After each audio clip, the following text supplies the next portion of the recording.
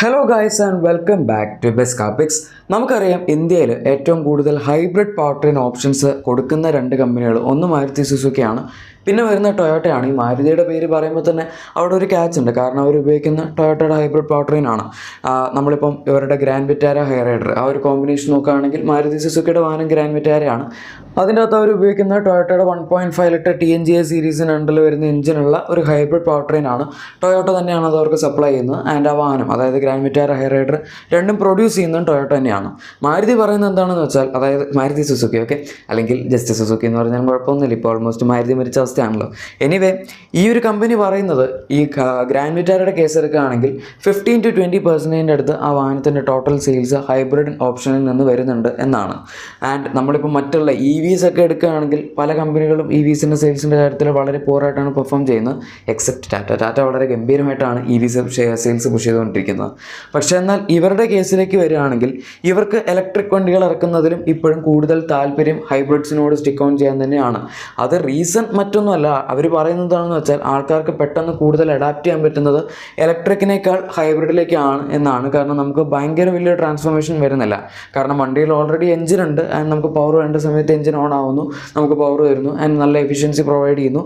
ആകെപ്പാട് പ്രശ്നമുള്ളത് കോസ്റ്റാണ്. അതിൻ്റെ ഒരു റീസൺ ഗവൺമെൻറ്റിന് ഉണ്ടെന്ന് പറയാം, കാരണം GSTയിൽ വലിയ വ്യത്യാസമൊന്നുമില്ല. അതായത് പെട്രോൾ വണ്ടികൾക്കും ഹൈബ്രിഡ് വണ്ടികൾക്കും ഓൾമോസ്റ്റ് 43% അടുത്താണ് വരുന്നത്. പക്ഷേ അതേസമയം ഇലക്ട്രിക് വണ്ടികൾക്ക് ജസ്റ്റ് 5% മാത്രമാണ് GST വരുന്നത്. അതുകൊണ്ട് തന്നെ കമ്പനികൾക്ക് ഇലക്ട്രിക് വണ്ടികൾ ഇനി വേണമെങ്കിൽ വളരെ എഫിഷ്യൻ്റ് ആയിട്ട് പ്രൊഡ്യൂസ് ചെയ്യാൻ പറ്റും, കോസ്റ്റ് എഫക്റ്റീവ് ആയിട്ട്. പക്ഷേ ഹൈബ്രിഡ്സ് ഇവർക്ക് അങ്ങനെ ചെയ്യാൻ പറ്റുന്നില്ല. 5% GST ഹൈബ്രിഡ്സിൽ കൊടുക്കുകയായിരുന്നെങ്കിൽ ഒരു പക്ഷേ നമുക്ക് ഗ്രാൻഡ് വിറ്റാര ഹൈബ്രിഡ് അതുപോലെ ഹൈ റൈഡർ ഹൈബ്രിഡൊക്കെ ഭയങ്കര താഴെയുള്ള ഒരു പ്രൈസ് പോയിന്റിൽ കിട്ടിയേനെ. അതായത് നോർമൽ പെട്രോൾ വെച്ച് കമ്പയർ ചെയ്യുമ്പം ആ ഒരു പ്രൈസ് ഡിഫറൻസ് നന്നായിട്ട് വ്യത്യാസം വന്നേനെ. എനിവേ അങ്ങനെ സംഭവിച്ചിട്ടില്ല. പക്ഷേ ഇപ്പം മാരുതി സുസുക്കി പറയുന്നത് എന്താണെന്ന് വെച്ചാൽ അവർ അഫോർഡബിൾ റേഞ്ചിൽ ഹൈബ്രിഡ് വണ്ടികൾ കൊണ്ടുവരാൻ പോവുകയാണ് എന്നാണ്. ആൻഡ് ഇത് അഫോർഡബിൾ എന്ന് പറയുമ്പം നമ്മൾ ഈ ബ്രസ അങ്ങനത്തെ കുറച്ച് വലിയ റേഞ്ചിൽ വരുന്ന വണ്ടികൾ മാത്രമല്ല, അവരുടെ ബലേനോ ആയിക്കോട്ടെ അല്ലെങ്കിൽ സ്വിഫ്റ്റ് ആയിക്കോട്ടെ, ഈവൻ പുതിയ ജനറേഷൻ ബ്രസ, അതുപോലെ ഒരു പുതിയ വാഹനം വരുന്നുണ്ട്, ഒരു 7 സീറ്റർ ചെറിയ മറ്റേ ഡ്രൈവറിൻ്റെ ഒക്കെ ഒരു ഫോർമുലയിലുള്ള YDB കോൺസെപ്റ്റ് എന്നാണ് വാഹനത്തിൻ്റെ കോഡ് നെയിം. ആ ഒരു പേരിലുള്ള വാഹനവും വരുന്നുണ്ട്. ഇതിലൊക്കെ അവർ ഹൈബ്രിഡ് പവർ ട്രെയിൻ ഓഫർ ചെയ്യും എന്നാണ് പറഞ്ഞിരിക്കുന്നത്. പക്ഷെ ഒരു വ്യത്യാസം എന്താണെന്ന് വെച്ചാൽ ഇതിൻ്റെ പവർ ട്രെയിൻ ഓപ്ഷൻസ് അവർ സോഴ്സ് ചെയ്യുന്നത് ടൊയോട്ടയിൽ നിന്നായിരിക്കില്ല. കാരണം ടൊയോട്ട കൊടുക്കുന്ന സംഭവം ഭയങ്കര എക്സ്പെൻസീവ് ആണ്. അതിൻ്റെ റീസൺ മറ്റൊന്നുമല്ല, അതൊരു പാരലൽ ഹൈബ്രിഡ് പവർ ട്രെയിൻ ആണ്. സംഭവം എന്താണെന്ന് വെച്ചാൽ അതിൻ്റെ അകത്ത് ഈ പറയുന്ന പോലെ എഞ്ചിൻ ഉണ്ട്, ബാറ്ററി ഉണ്ട്, അതുപോലെ നമ്മുടെ മോട്ടർ ഉണ്ട്. ഇതെല്ലാം കൂടെ ചേർന്നുള്ളൊരു കോമ്പിനേഷനിലാണ് ഫംഗ്ഷൻ ചെയ്യുന്നത്. പക്ഷേ അതിൻ്റെ അകത്ത് എഞ്ചിന് ഡയറക്റ്റ് വീൽസിലേക്കും ഡ്രൈവ് ചെയ്യാനുള്ള കഴിവുണ്ട്. അതുപോലെ തന്നെ മോട്ടറും ഈ മറ്റേ എഞ്ചിൻ ചാർജ് ചെയ്ത് കഴിഞ്ഞതിന് ശേഷം മോട്ടറിനും വീൽസ് പവർ ചെയ്യാനുള്ള ഒരു ഓപ്ഷൻ ടൊയോട്ട കൊടുത്തിട്ടുണ്ട്. അതിനാണ് നമ്മൾ പാരലൽ ഹൈബ്രിഡ് സിസ്റ്റം എന്ന് പറയുന്നത്. ഇവിടെ ഉള്ളൊരു സംഭവം ഇത് ഭയങ്കര കോസ്റ്റ്ലി ആണ് ഉണ്ടാക്കാനായിട്ട്. മാത്രമല്ല ടൊയോട്ട കൂടുതൽ ഉപയോഗിക്കുന്നതും ഈ ഒരു പാരലൽ ഹൈബ്രിഡ് സിസ്റ്റം തന്നെയാണ്.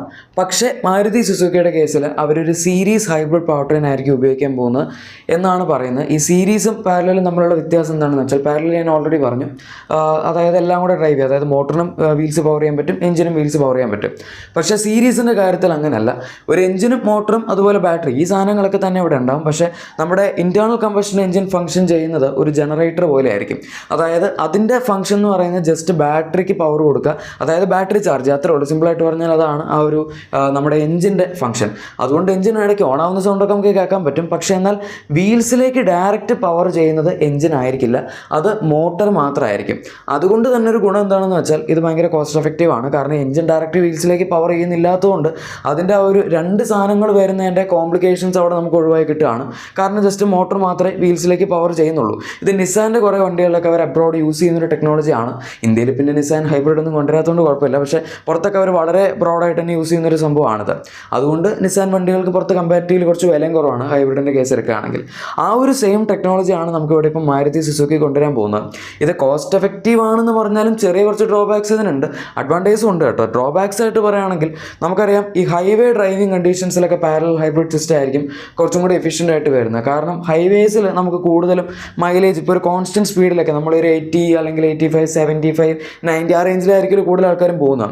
ആ ഒരു റേഞ്ചിൽ നമുക്ക് മാക്സിമം എഫിഷ്യൻസി പ്രൊവൈഡ് ചെയ്യാൻ പറ്റുന്ന ഒരു നോർമൽ എഞ്ചിൻ തന്നെയായിരിക്കും. കാരണം നമ്മുടെ മോട്ടറിലേക്കും ബാറ്ററിയിലേക്കും കൂടുതൽ ലോഡ് വരും. ഇപ്പോൾ ഇലക്ട്രിക് വണ്ടികളുടെ കേസിലൊക്കെ ആണെങ്കിൽ തന്നെ നിങ്ങൾക്ക് മനസ്സിലാക്കാവുന്നതുള്ളൂ. ഒരു നെക്സോൺ EV നമ്മൾ സിറ്റി കൂടെ ഓടിക്കുകയാണെങ്കിൽ അതിന് മാക്സിമം റേഞ്ച് കിട്ടും.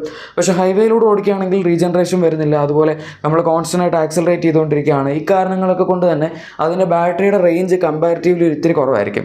അതുകൊണ്ട് തന്നെ ഈ പാരലൽ ഹൈബ്രിഡ് സിസ്റ്റത്തിൽ എഞ്ചിൻസിനിടയ്ക്ക് ഓൺ ആകാൻ പറ്റുന്നതുകൊണ്ട് നമുക്ക് ഇത്തിരി കൂടെ കൂടുതൽ എഫിഷ്യൻസി കിട്ടും. പക്ഷേ സീരീസ് ഹൈബ്രിഡ് പവർ ട്രെയിൻ ആകുമ്പോഴേക്കും നമ്മൾ അങ്ങനെ ഒരു ലോങ് ഒക്കെ പോകുമ്പോൾ അല്ലെങ്കിൽ ഹൈവേയിൽ അധികം ആളില്ലാത്ത സ്ഥലത്തൂടെ ഒരു നിശ്ചിത സ്പീഡ് ഇപ്പോൾ 80-90 ഒക്കെ മെയിൻറ്റെയിൻ ചെയ്ത് പോവുകയാണെങ്കിൽ നമുക്ക് കമ്പാരിറ്റീവ്ലി കുറച്ചും കൂടെ മൈലേജ് അല്ലെങ്കിൽ എഫിഷ്യൻസി കുറവേ കിട്ടുള്ളൂ എന്ന് പറയാം. ഇനി ഇതിൻ്റെ ഒരു അഡ്വാൻറ്റേജ് ഉണ്ട്. സീരീസിന് കൂടുതൽ നമുക്ക് സിറ്റി കണ്ടീഷൻസിലൊക്കെ അധികം മൈലേജ് കിട്ടും. സിറ്റി ഡ്രൈവിംഗ് കണ്ടീഷൻസിൽ പാരലൽ ഹൈബ്രിഡ് സിസ്റ്റത്തിന് അത്യാവശ്യം മൈലേജ് ഒക്കെ കിട്ടും കേട്ടോ, ഒട്ടും കിട്ടില്ല എന്നല്ല. പക്ഷേ എന്നാൽ നമുക്ക് അതിൻ്റെ അകത്ത് എഞ്ചിൻ ഇടയ്ക്ക് വീൽസിലേക്ക് പവർ ചെയ്യുമ്പം നമുക്കറിയാം എഞ്ചിൻ എന്ന് പറയുമ്പം അത് തീർച്ചയായും ബ്ലോക്കുള്ള കണ്ടീഷൻ അല്ലെങ്കിൽ ഈ ട്രാഫിക് ഉള്ള സ്ഥലത്തൊക്കെ നമുക്ക് കുറവ് എഫിഷ്യൻസിയെ പ്രൊവൈഡ് ചെയ്യുള്ളൂ. അത് ഇത്രയും കാലമായിട്ട് നമ്മൾ പ്രൂവ് ചെയ്ത് വന്നൊരു സംഭവം തന്നെയാണ്. ഇപ്പോൾ നിങ്ങൾക്ക് സീരീസ് ആൻഡ് പാരലൽ ഹൈബ്രിഡ് സിസ്റ്റത്തിൻ്റെ ആ ഒരു ഐഡിയ കിട്ടി കാണുമായിരിക്കും. അതായത് അതെങ്ങനെയാണ് ഫംഗ്ഷൻ ചെയ്യുന്നത്, എന്തൊക്കെയാണ് നമുക്ക് വ്യത്യാസം വരുന്നതെന്നൊക്കെ. ഇനി സുസുക്കി ഏത് എഞ്ചിനാണ് നമുക്കിവിടെ ഈ ഒരു ഹൈബ്രിഡ് പവർ ട്രെയിനിൻ്റെ കൂടെ ഉപയോഗിക്കാൻ പോകുന്നത് എന്നുകൂടി അറിയണമല്ലോ. ചിലപ്പോൾ നിങ്ങൾ അറിഞ്ഞു കാണുമായിരിക്കും പുതിയ സ്വിഫ്റ്റിൻ്റെ ഒരു 3 സിലിണ്ടർ എഞ്ചിനെ പറ്റി.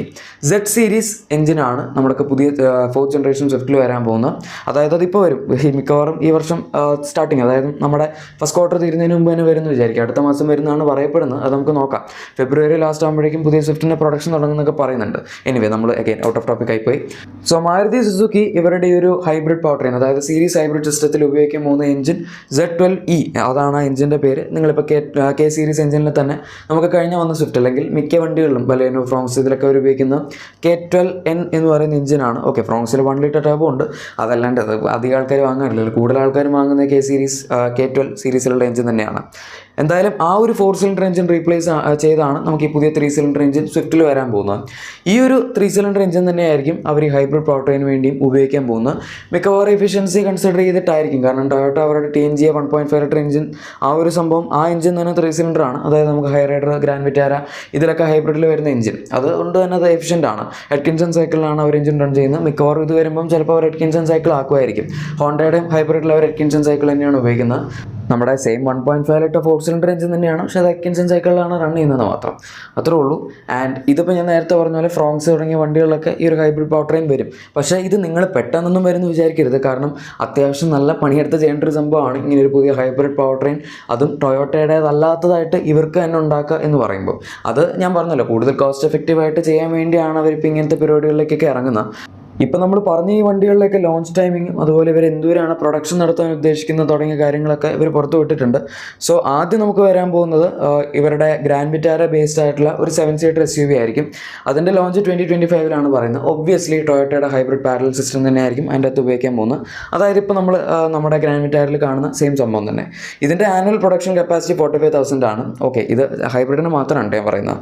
അതുപോലെ അത് കഴിഞ്ഞ് 2025 ലാസ്റ്റ് ആകുമ്പോഴേക്കും നമ്മുടെ ഫ്രോങ്സ് ഫേസ് ലിഫ്റ്റ് വരും. ഓക്കെ, അതിൻ്റെ അകത്ത് അവർ ഹൈബ്രിഡ് കൊടുക്കും എന്ന് പറയുന്നുണ്ട്. അതിലായിരിക്കും നമുക്ക് ആദ്യമായിട്ട് ഈ Z12V എഞ്ചിനിൽ വരാൻ പോകുന്ന ഇവരുടെ സീരീസ് ഹൈബ്രിഡ് സിസ്റ്റം കാണാൻ പറ്റുന്നത്. ഇതിൻ്റെ ആനുവൽ പ്രൊഡക്ഷൻ കപ്പാസിറ്റി 40,000 ആണ്. അത് കഴിഞ്ഞ് 2026 പുതിയ ജനറേഷൻ ബലേനോ വരും. അതിൻ്റെ കോഡ് YTA കോൺസെപ്റ്റിൻ്റെ പേരിലാണ്. 60,000 ആണ് ആ ഒരു ഹൈബ്രിഡ് പവർ ട്രെയിന്, അതായത് ആ ഹൈബ്രിഡ് വാഹനത്തിന് അവരുടെ ആനുവൽ കപ്പാസിറ്റി. പിന്നെ വരുന്നതാണ് നമ്മുടെ ഈ സ്പേസിയ ബേസ്ഡ് ഒരു SUV ഉണ്ട്. അതാണ് ഞാൻ നേരത്തെ പറഞ്ഞ മറ്റേ ട്രൈബറിൻ്റെ ഒരു ഫോം ഫാക്ടറിൽ വരാൻ പോകുന്ന വാഹനം. അതിനകത്ത് ഞാൻ ഒരു വീഡിയോ ഒക്കെ ഡീറ്റെയിൽ ആയിട്ട് ചെയ്തിട്ടുണ്ട്. ആ വാഹനത്തിൻ്റെ മാക്സിമം പ്രൊഡക്ഷൻ കപ്പാസിറ്റി അവർ പറയുന്നത് ഹൈബ്രിഡിന് മാത്രമായിട്ട് 30,000 ആണ്. 2026 തന്നെയാണ് അതും വരാൻ പോകുന്നത്. അത് കഴിഞ്ഞിട്ട് അവസാനമായിരിക്കും നമ്മുടെ സ്വിഫ്റ്റ് ഹൈബ്രിഡ് വരുന്നത്. 2027 ആ വാഹനം വരാൻ പോകുന്നത്. 60,000 ആണ് അതിൻ്റെ ആനുവൽ പ്രൊഡക്ഷൻ കപ്പാസിറ്റി. ഗൈസ്, അപ്പോൾ ഇതാണ് മാരുതി സുസുക്കിയുടെ ഇനി വരാൻ പോകുന്ന ഹൈബ്രിഡ് വണ്ടികളെ പറ്റിയുള്ള വളരെ ഡീറ്റെയിൽഡ് ആയിട്ടുള്ളൊരു ഓവർവ്യൂ. ഇഷ്ടപ്പെട്ടെങ്കിൽ ലൈക്കും സബ്സ്ക്രൈബും ഷെയറും ഒക്കെ ചെയ്തേക്കാം. നമുക്ക് മറ്റൊരു വീഡിയോയിൽ കാണാം. Thank you for watching my video and good bye.